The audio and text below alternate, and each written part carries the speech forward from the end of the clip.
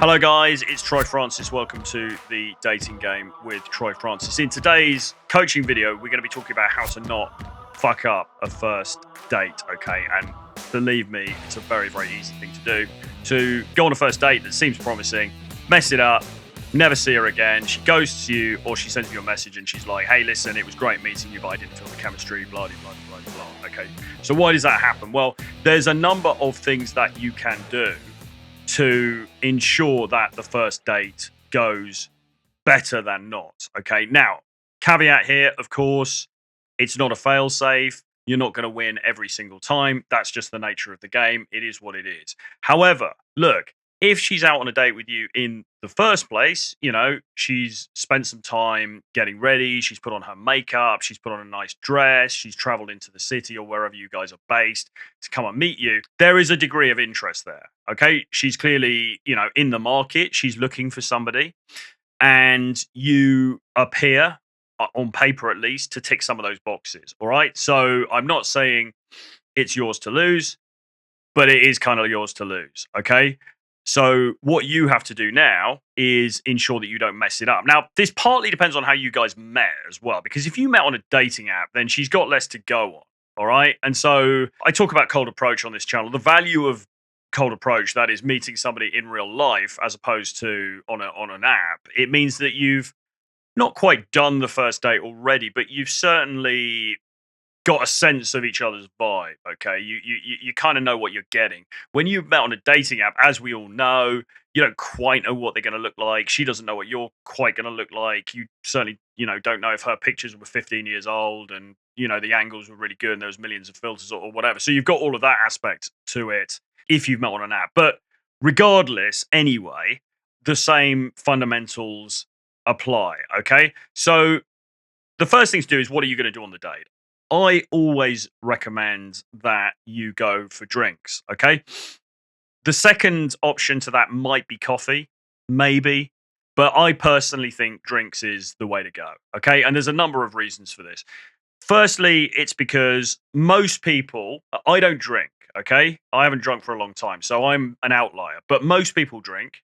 And I think that if, you know, she feels comfortable, she wants to have a couple of drinks, that's absolutely fine. I think if you're being super puritanical and be like, no, let's, you know, we're going to go for a smoothie or something, I don't think that's necessarily the way to go. The other thing is that just the environment of bars in general tends to be more conducive to dating, to a romantic stroke sexy kind of setting than the average cafe. So for example, recently I've been going around London. I've been in a couple of like really nice hotel bars here in London, some really, really classy places, and they're fantastic. You know, you've got great lighting, you've got really nice seats, really like classy decor. The service is great. They do really cool drinks, you know, so even if you're not drinking, they'll do these really great like fake cocktails, all that kind of stuff.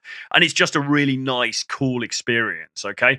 That is far preferable to going and sitting in some coffee shop somewhere, you know. And if you do go for a coffee, I mean, try and avoid a chain coffee place, you know, try and go somewhere that's kind of nice with a good vibe. But ideally, really, on the date, what you want to be doing is you want to be creating that romantic ambience. Okay.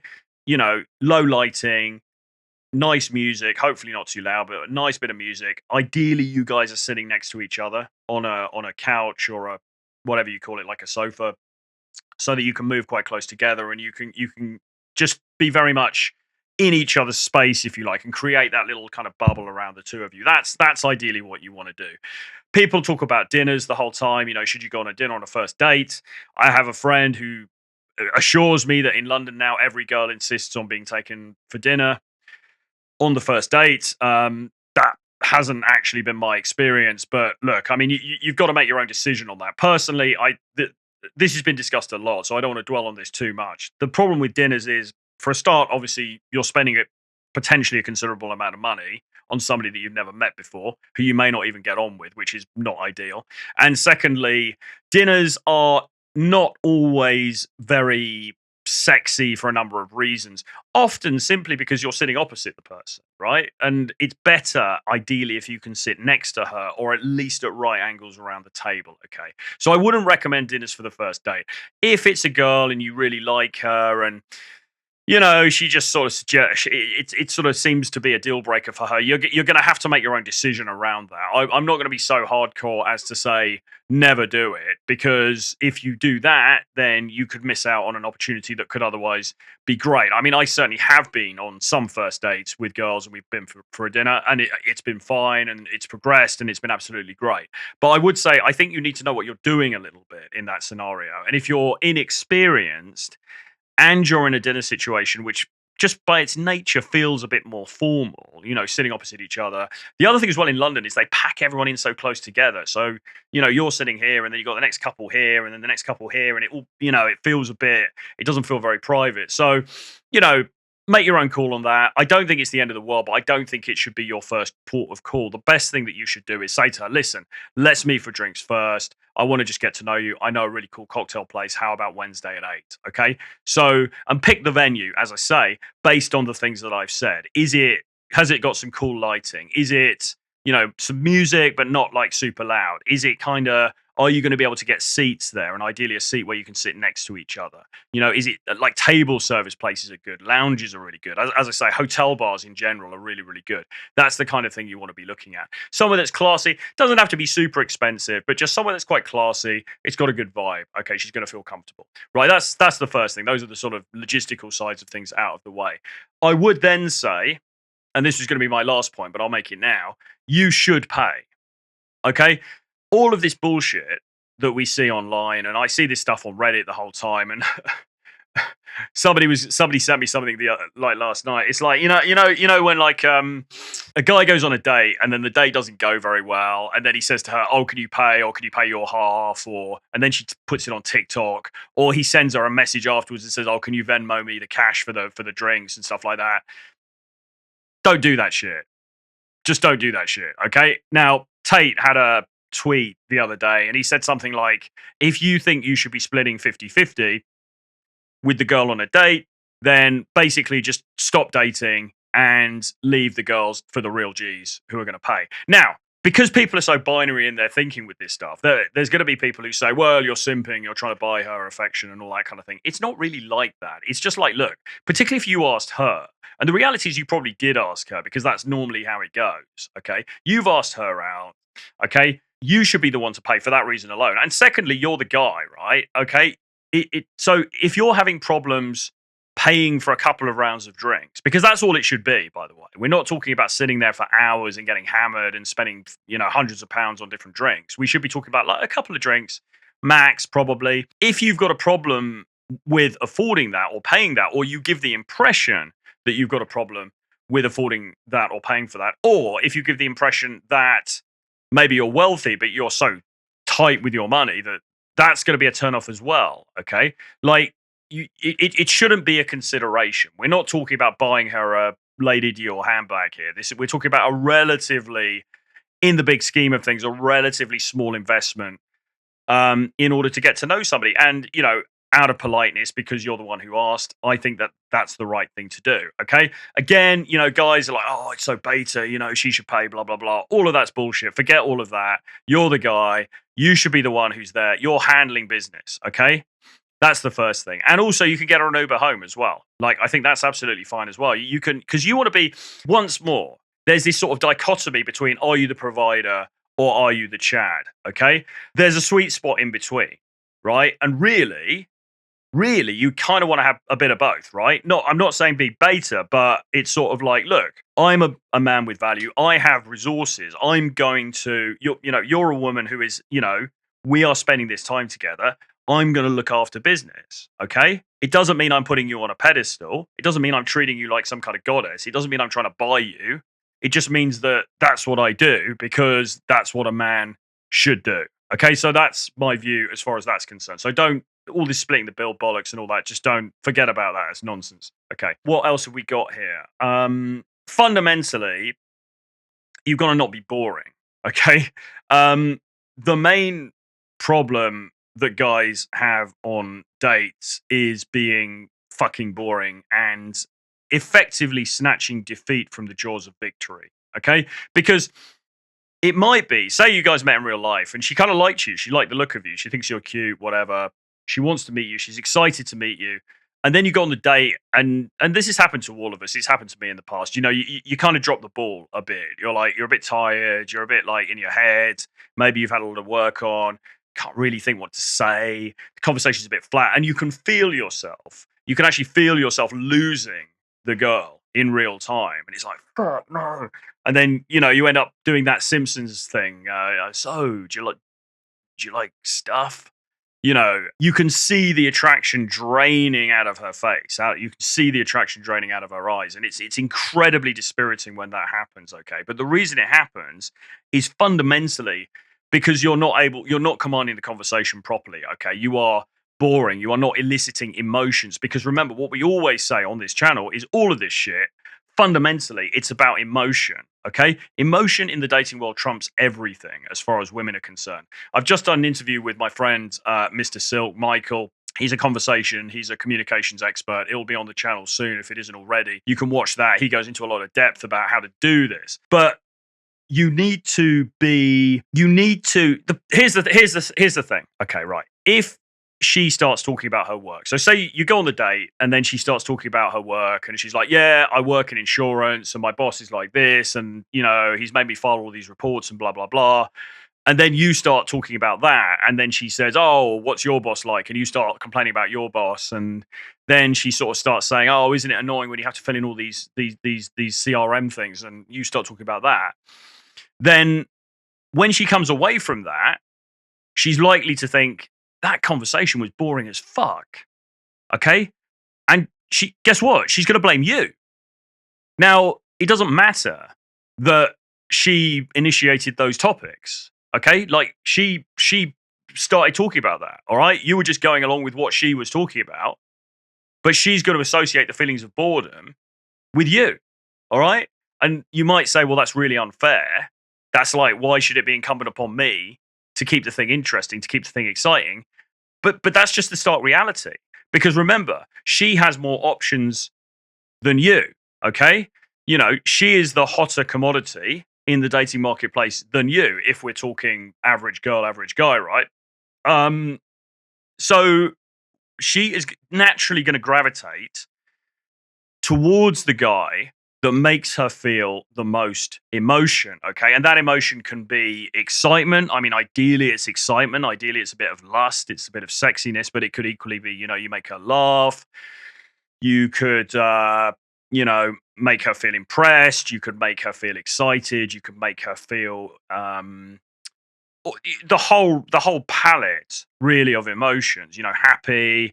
You could talk about some things that, from the past that have maybe affected her on a deeper emotional level. You want to be hitting all of these different notes like a symphony, okay, during the date.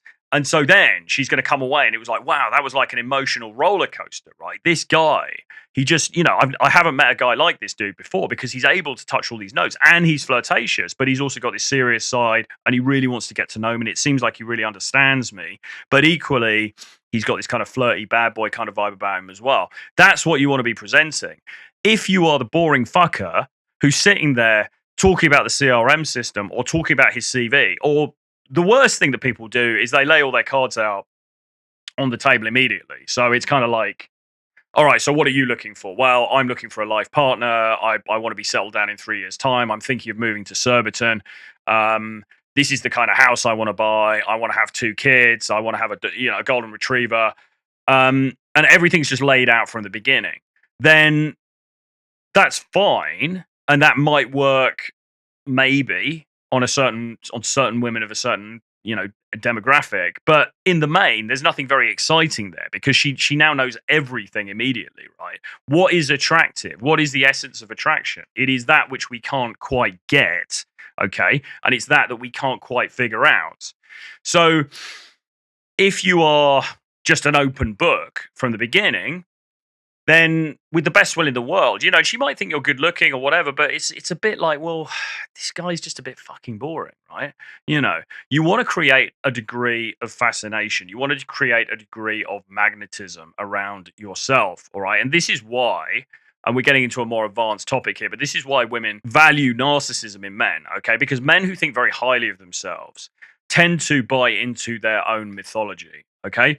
And if you are somebody who buys into your own mythology, you're sitting there in front of her, okay? And the manner in which you present is going to be fundamentally different because regardless of the actual circumstances of your life, you know that you're the fucking boss, all right? You know that you're the fucking the top G, to coin the phrase, right? You know that you are fucking great, all right?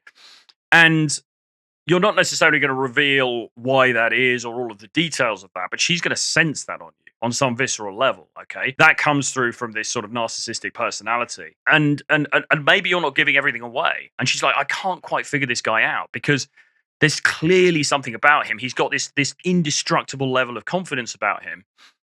And I don't really know what it is, but I want to find out more, okay?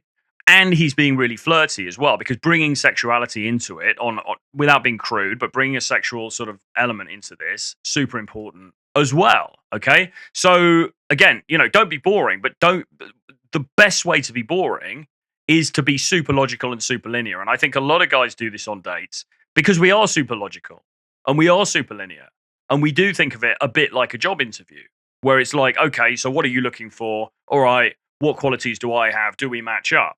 And that is fundamentally the wrong way of going about it. Now, you can get into that stuff later down the line for sure, but unless attraction is established, okay, and attraction is established through emotion, unless attraction is established, then you're not going to get a chance to get into that stuff because she's just going to be like, all right, the next day, yeah, okay, next, this guy was boring.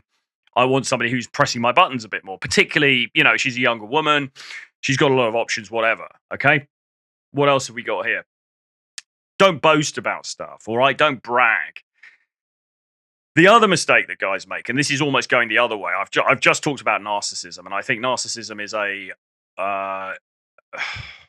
not necessarily attractive. Well, it is an attractive trait. It's not necessarily a trait that many of us would aspire to if we're trying to be super ethical or whatever. But it's an attractive trait because people like people who are into themselves. I mean, look at Trump, right? Look at some of these, you know, world leaders. Okay, very extremely narcissistic, and people buy into it because they buy into the mythology, right?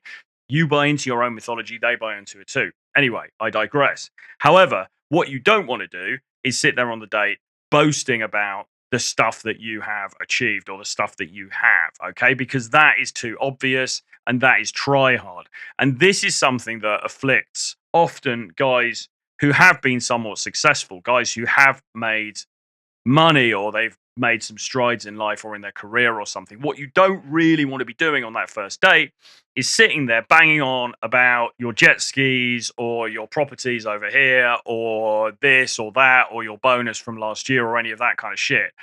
What you want is for your demeanor and the manner in which you present to speak for itself. Okay. Now, look, I'm not I'm not really a watch guy, but I'm not averse. If you want to wear like a nice watch, fancy watch, that could be cool because that can tell its own story.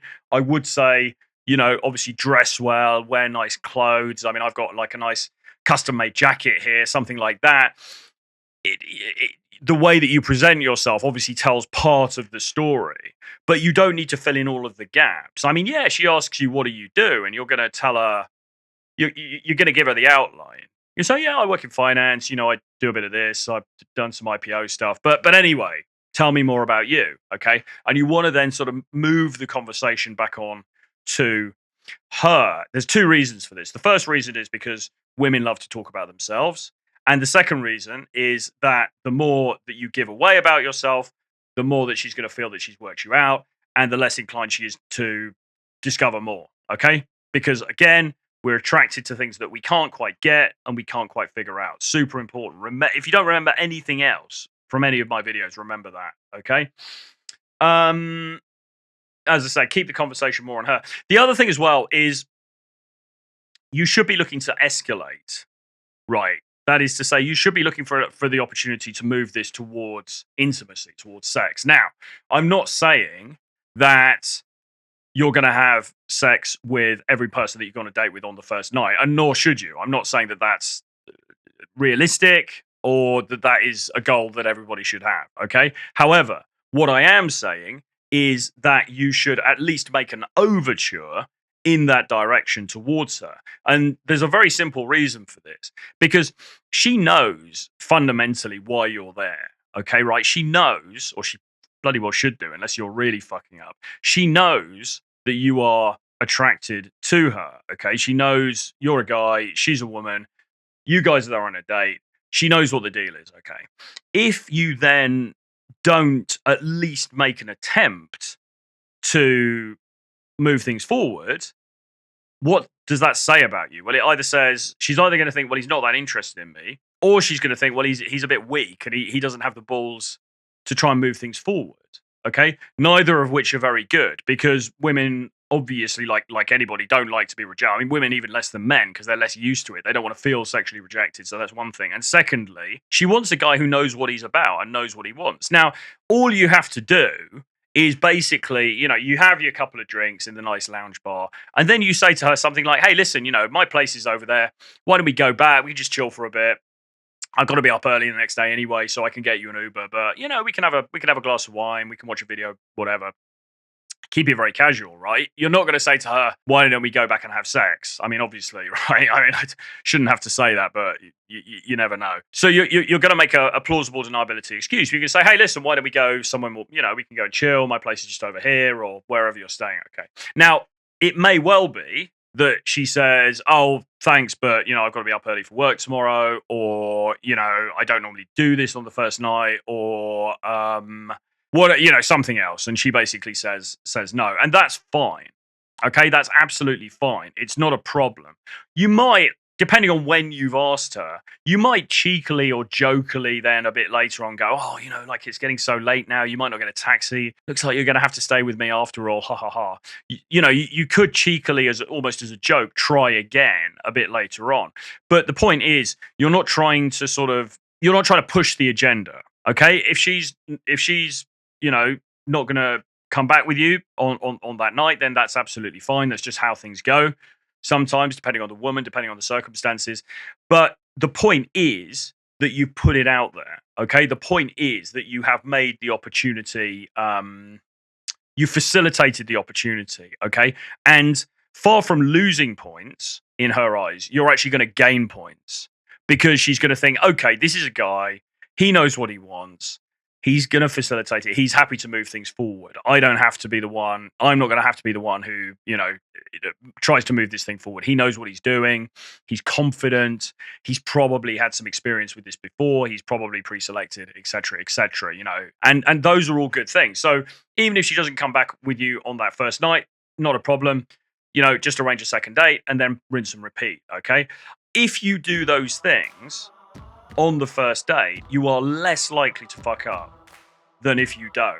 As I say, the biggest problem that guys have, I think, is there's a myriad of them, but I mean, some of them are choosing a substandard venue, maybe going to a restaurant. And for God's sake, don't go to a chain restaurant. I mean, Jesus. But going to a restaurant, sitting opposite each other, having a boring conversation, making it very logical, very linear, not being playful, not bringing an element of flirtation or sexuality into it, okay? Not having a genuine interest in her, not trying to find out, not keeping the conversation more on her than on you, okay? Being boastful, trying to play the baller, all right? Again, it's try hard, it's not attractive. Okay. If you avoid all of those things and you take the advice in this video, your first dates are going to be significantly better, and you're going to have a significantly better chance of getting that second date in. Anyway, I hope you enjoyed this. Please do subscribe to the channel if you haven't already. Loads more content of this kind coming up very soon. Hit the notifications bell. I'll see you guys again very soon. Bye-bye.